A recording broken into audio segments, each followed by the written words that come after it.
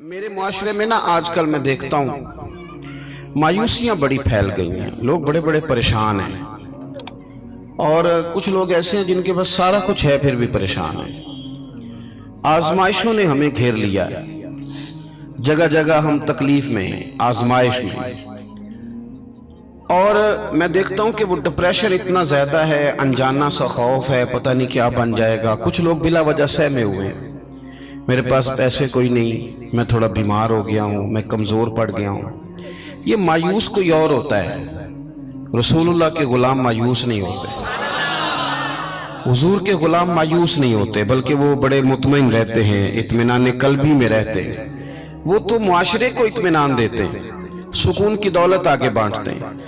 آپ جب آہستہ آہستہ مایوس ہونے لگ جائیں گے، پیچھے تھک وہ بندہ نہیں جاتا جس کا جسم تھکتا ہے، تھک وہ جاتے ہیں جن کے اعصاب تھک جاتے ہیں، جن کا ذہن تھک جاتا ہے۔ جو لوگ فکری طور پہ کمزور پڑ جاتے ہیں نا، میں بیمار ہوں تو شاید کبھی تندرست نہیں ہوں گا، میں کمزور ہوں، غریب ہوں تو پتہ نہیں کبھی امیر نہیں ہوں گا، میں پتہ نہیں مطلب پیچھے میں نے رہنا ہے، یہ میرے ساتھ کبھی کوئی شاید وفا کرے گا ہی نہیں، ہم نہ ذہنی طور پہ تھک جاتے ہیں۔ رسول کریم علیہ السلام نے جو چیز ہمیں سب سے زیادہ دی ہے وہ امید کی دولت ہے، امید کی دولت۔ امید، کبھی امید نہ ٹوٹنے پائے ہماری۔ اچھا سوچیں، اچھا گمان کریں، آنے والے وقت کے بارے میں خیر کی امید رکھیں۔ حضور مبشر ہے، خوشخبری دیتے ہیں، ہمیں نبی پاک صلی اللہ علیہ وسلم نے اٹھ کر جینے کا طریقہ بتلایا، حضور نے ہمیں خوش رہنے کے سلیقے بتائے۔ حضرت سیدنا معاذ بن جبل رضی اللہ تعالیٰ عنہ فرماتے ہیں، جب پیارے حبیب علیہ السلام نے مجھے یمن کے لیے بھیجا نا گورنر بنا کے، تو کئی نصیحتیں حضور نے فرمائی تھیں۔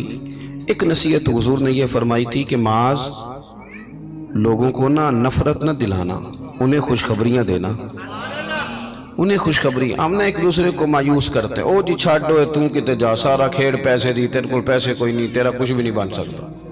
ہم ایک دوسرے کو کہہ رہے ہوتے ہیں سارا پنڈ مار جائے، ماڑے دا بچہ چودھری نہیں ہو سکتا۔ بھئی یہ آپ کمزور باتیں خود بھی کرتے ہیں، لوگوں کا دل بھی آپ توڑتے ہیں۔ آپ لوگوں کو امید دلائیں، ان کو آگے بڑھنے کا شوق دیں۔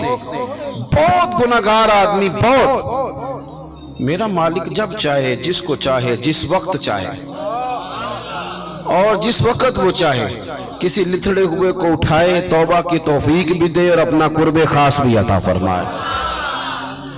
حضرت ابو درداء رضی اللہ تعالیٰ عنہ فرماتے ہیں، میں حضور کی بارگاہ عالی مرتبت میں حاضر تھا، تو نبی پاک صلی اللہ علیہ وسلم نے ہمیں آیت پڑھ کے سنائی، وَلِمَنْ خَافَ مَقَامَ رَبِّهِ جَنَّتَانِ، جو اللہ کے سامنے کھڑے ہونے سے ڈرے گا، رب اسے 2 جنتیں عطا کرے گا۔ تو حضرت ابو درداء رضی اللہ تعالیٰ عنہ عرض کرتے ہیں، حضور وہ بندہ چور ہو، زانی ہو، اور اس نے بڑے بڑے گناہ کیے ہو معاذ اللہ، پھر بھی ڈر جائے تو اللہ 2 جنتیں دے گا، بہت بڑا مجرم ہے۔ یہ کچھ لوگ میری طرح کے ہوتے ہیں نا نیک، وہ کہتے ہیں جنت میں میں نے جانا ہے، کسی اور کو نہیں جانے دینا، وہ بھی طے کر لیتے ہیں، وہ کہتے ہیں سوال ہی نہیں پیدا ہوتا، یہ تو میرا ذمہ ہے۔ آپ ایسے نہیں کریں، آپ اللہ کی رحمت کو اس طرح مقید نہیں کریں۔ اور ہمارے کئی دفعہ میں نے دیکھا ہے کہ یہ نیک لوگ کسی کے بارے میں بات کر رہے ہوتے ہیں تو وہ اصلاح کی نہیں، وہ یوں لگتا ہے کہ جیسے بڑا حقیر سمجھ کے کسی کو تبلیغ کی جا رہی، یہ انداز درست نہیں ہے۔ کیا پتہ کب اللہ تعالیٰ کسی کو کون سا درجہ عطا کر دے اور کہاں اس شخص کو لے جایا جائے۔ تو حضرت ابو درداء رضی اللہ تعالیٰ عنہ نے ہماری یہ مشکل حل کر دی۔ کہتے ہیں کہ میں نے عرض کی، حضور اگرچہ وہ چور ہو، زانی ہو، نالائق ہو، گناہگار ہو، پھر بھی ڈر جائے تو اللہ 2 جنتیں دے گا؟ تو حضور نے فرمایا ہاں، اگر صحیح معنی میں ڈر گیا تو رب 2 جنتیں ہی عطا کرے گا۔ کہتے ہیں میں نے دوسری دفعہ عرض کی، حضور چور ہو، بڑا مجرم ہو، پھر بھی ڈر جائے تو 2 جنتیں؟ حضور نے فرمایا ڈر جائے صحیح، جنتیں 2 ہی ملیں گی۔ کہتے ہیں میں نے تیسری دفعہ کہا، حضور یعنی وہ جو مایوسی ہے ایک گناہگار آدمی کو کہ میں شاید آگے جا ہی نہیں سکتا، شاید اب بات آگے بڑھ ہی نہیں سکتی۔ حضرت ابو درداء کہتے ہیں تیسری دفعہ عرض کی، حضور اگر بڑا ظالم ہو، ڈر جائے، پھر بھی 2 جنتیں؟ تو کہتے ہیں حضور نے فرمایا اگرچہ ابو درداء کی ناک خاک آلود بھی ہو جائے نا، یعنی تو زمین پہ بھی اپنی ناک رگڑے، تو پھر بھی جو بندہ صحیح معنوں میں ڈرے گا اسے مایوس نہیں ہونا چاہیے، رب اسے 2 جنتیں عطا کرے گا۔